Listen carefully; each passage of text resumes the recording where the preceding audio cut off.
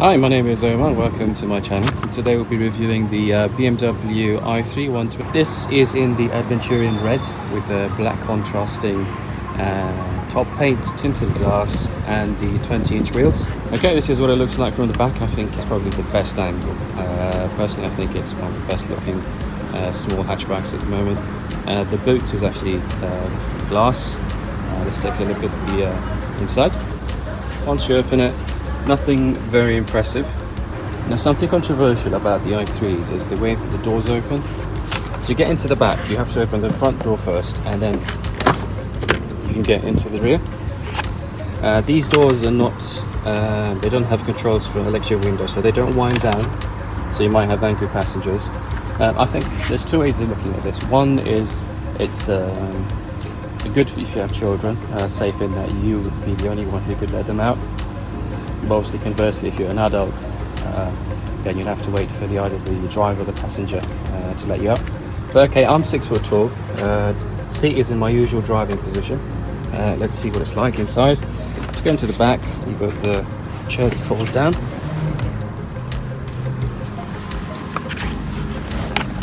Right. Okay, I'm inside. Okay. So, I mean, it's not a Mercedes or a 5 Series or Rolls Royce, but I'm sitting sort of relaxed. I'm not upright. There's still enough space. Headroom is okay.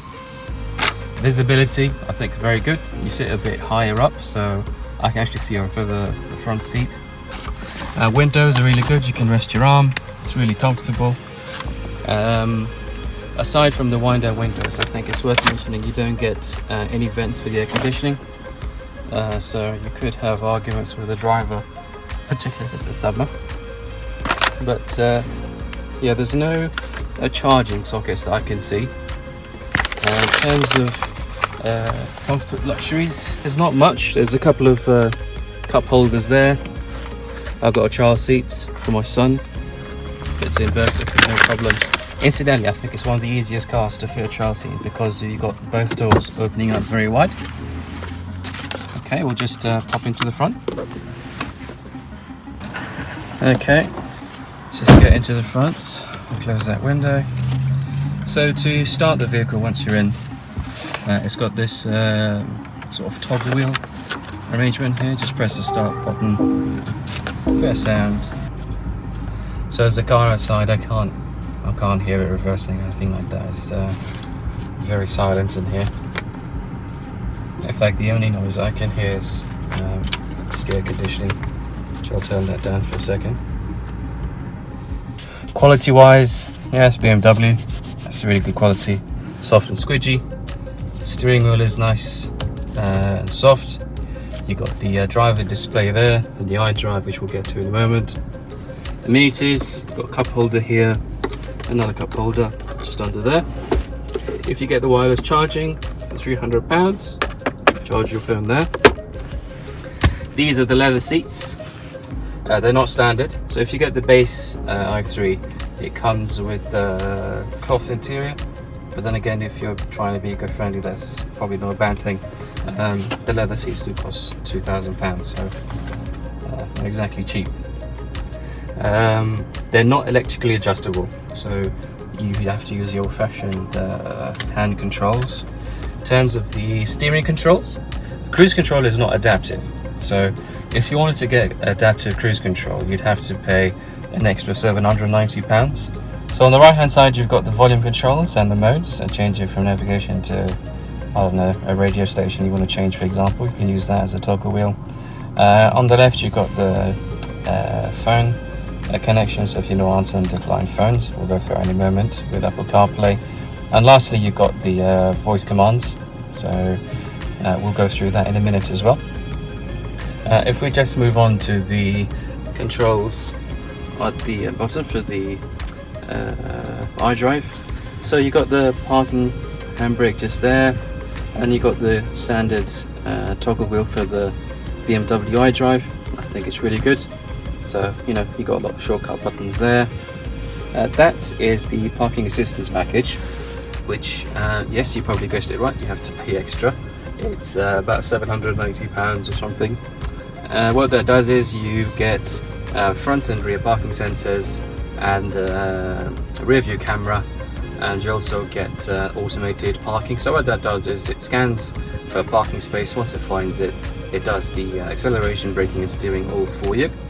Okay, to use the parking assistance package, you press that parking button here, put it in drive, shows up. Okay, move forward. Say I don't want that parking space on the right, just keep going. Say I want to park next to this Prius. Alright, let's just move forward, keep going. Oh, there you go, it's identified it. Okay, stop. And okay, choose. Okay, so parking on the left turn signal. Okay, hold down the parking button. Okay, holding it down. Let go of the brakes. Okay, let us do its thing.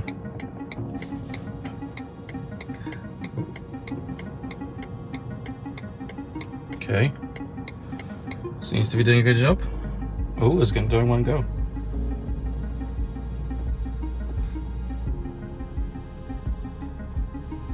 Nice. See the mirror there? It's not, wheels are not too close to the pavement. Okay, it's correcting itself. So just to confirm, I'm not using the brakes or accelerator as my feet. It's doing it all by itself. Okay, it's getting closer to the Prius. It's parked. Is it going to put in park? Yes, it has. And there you go. These two buttons here, they're to change the drive select modes for the car. If you switch to Eco Pro, in theory, it'll give you a bit more mileage in terms of what maximum charge could get you. If you put it in comfort, which I tend to leave in most of the time, then it's just the standard settings, air conditioning and everything runs as normal. So yeah, okay. In terms of the climate control, you don't get dual climate control, even if you wanted to as an option. It's standard, you get single control. There's nothing in the rear. You get heated seats, which is, I think, I suppose, a nice option, but a lot of cars have it nowadays. You've got these shortcut buttons here. They're touch sensitive, as you notice. My finger, once I run it down, it changes on the I-Drive. Other than that, you've got live traffic updates. You can turn on and off. Cubby spaces. It's not down here. You might have guessed it's actually at the top for your i3. I think it's really good. It's quite deep, decent size. This is oak wood. It's not standard. I think it's an extra £200. If you get the leather package, you get the leather on the dashboard. So very high quality.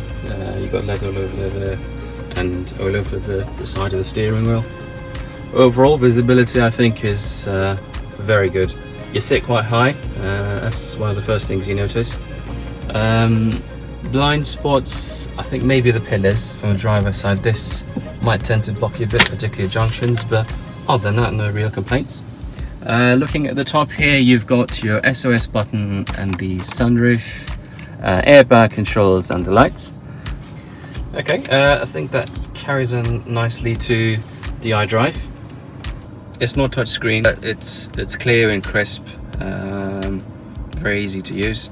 Just run through the quick menu. So you've got Apple CarPlay that comes as standard from I think 2020 onwards. You get Android Auto as well. But one thing worth mentioning I haven't seen, or not been mentioned before, is don't expect the Apple CarPlay to take up the whole screen. So it just takes up almost 2/3 and you've got a blank bit there, and that doesn't really change. But in terms of its usability, it's yeah, it's okay. You get used to it. It's not really a big problem. In terms of media, you got standard radio, FM. Online entertainment is, I suppose, you subscribe to music. You can get Spotify on this car, but you have to download it from the BMW store. You can also use the built-in hard drive. I think that's about 20 gigabytes. Don't quote me on that, but I haven't really used it yet. I suppose some people might prefer to save their music if you've got long journeys. Communications, again, once you connect to Apple CarPlay, you've got everything you need right here. In terms of built-in features, you've got BMW Assistance, which is for roadside assistance, servicing, and if you get an accident.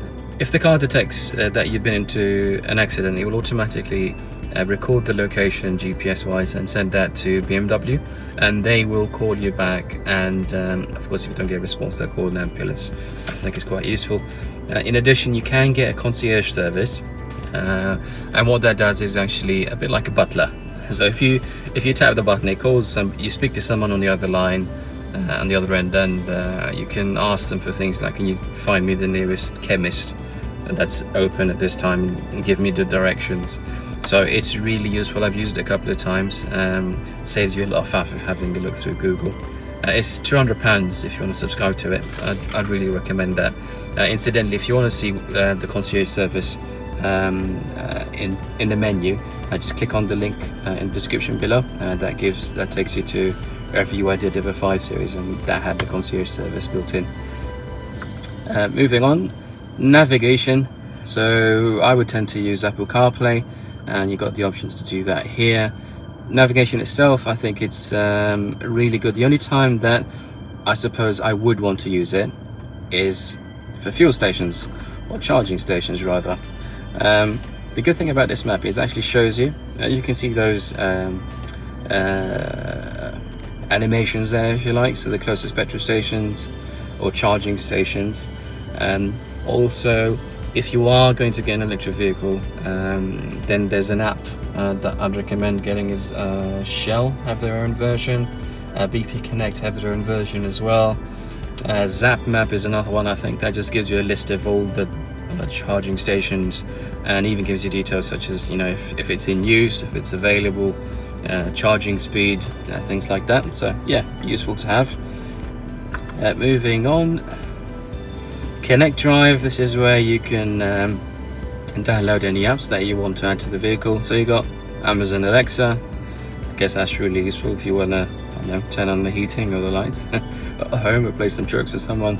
You got the weather. Again, I think that's useful for winter times if it's snowing or anything like that. You can get some other apps in here. So you got Wiki Local, you got Flickr for pictures of the local surrounding area. If you want to download any more, you'd have to go to the BMW store. Vehicle settings, it's quite standard. Into the lights, worth mentioning, this car, it doesn't have interior lighting.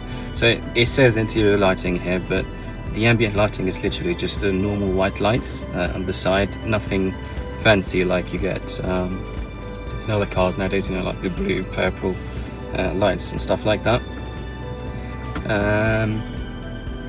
Doors, you got comfort entry. I think that's pretty standard, you get on most cars nowadays. Traction control. Auxiliary climate, that's worth mentioning. So with this, if you activate it, the car, BMW have an app, BMW Connect, I think, or My BMW. With that, you can do things like set up the temperature before you start a journey, you know, lock the car, check the mileage, book service. It's quite useful. I'll try and do a video on that very shortly.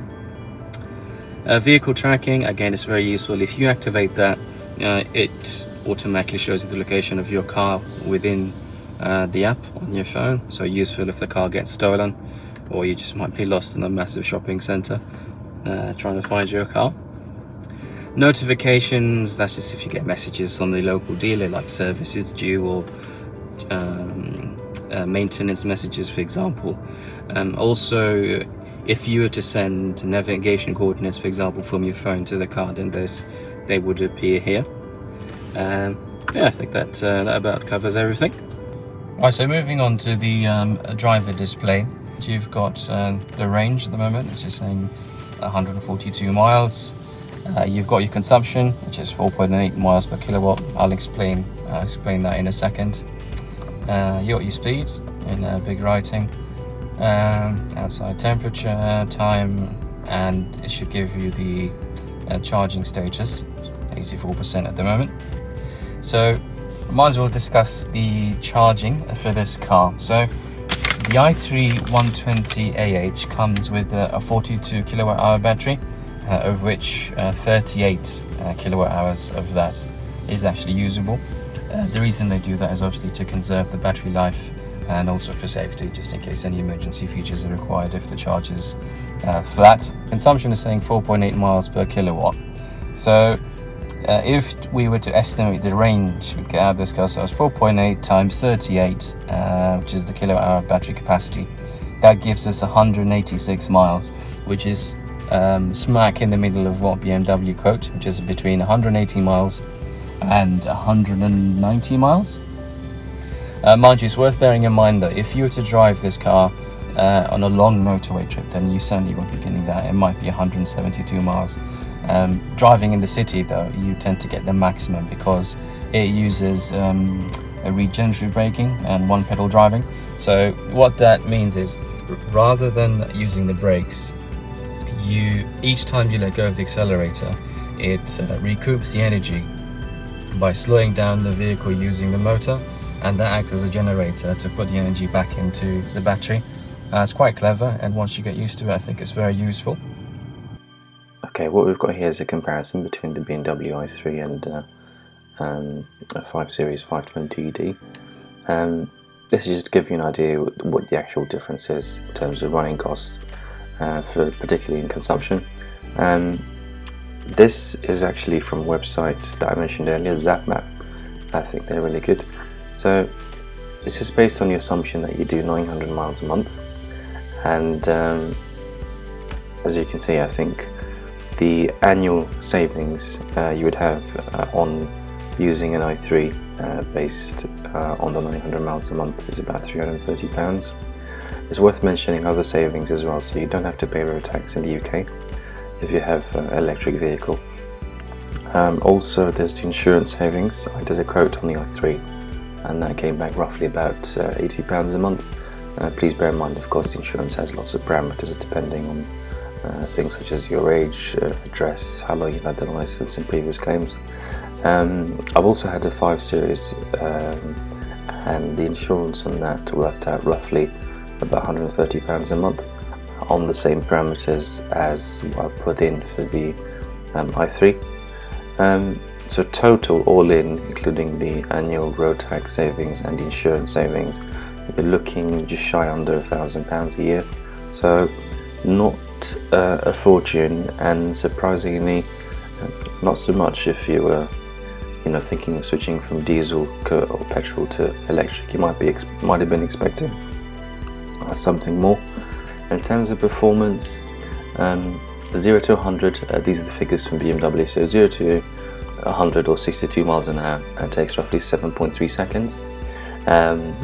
So it's not particularly fast. I mean, for comparison, the 520D BMW 5 Series does 0 to 60 in about 7.8 seconds. Golf GTI hot hatch does about 6 seconds. But I think the key for me is with the i3, it's how fast it is from 0 to about 40 miles an hour. Obviously, because there's no gears, no transmission, at traffic lights this thing really does move. And to demonstrate this fact, I've put a link in the video, just check it out. It's actually a race between an i3 and a BMW M3, and that's, I think the 0 to 60 on that car is roughly about 4 seconds. What's impressive is that the i3 actually keeps up with the M3 for the first a few hundred meters. Lastly, just to finish off on the price of the i3, so the car that I've tested today on the road would cost you just shy over £40,000. Would I buy the i3? I would say not. Reasons being, I mean, so it's it's different. It's striking. It's fun to drive. Good badge, good reliability records, but overall I think it's dated in terms of the technology. I'll probably go for something like Hyundai Ioniq 5, which is coming out in December. If I had the equivalent £40,000.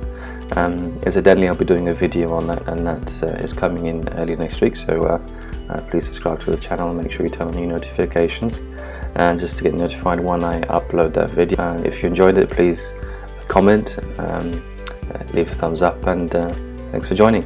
I'll see you soon.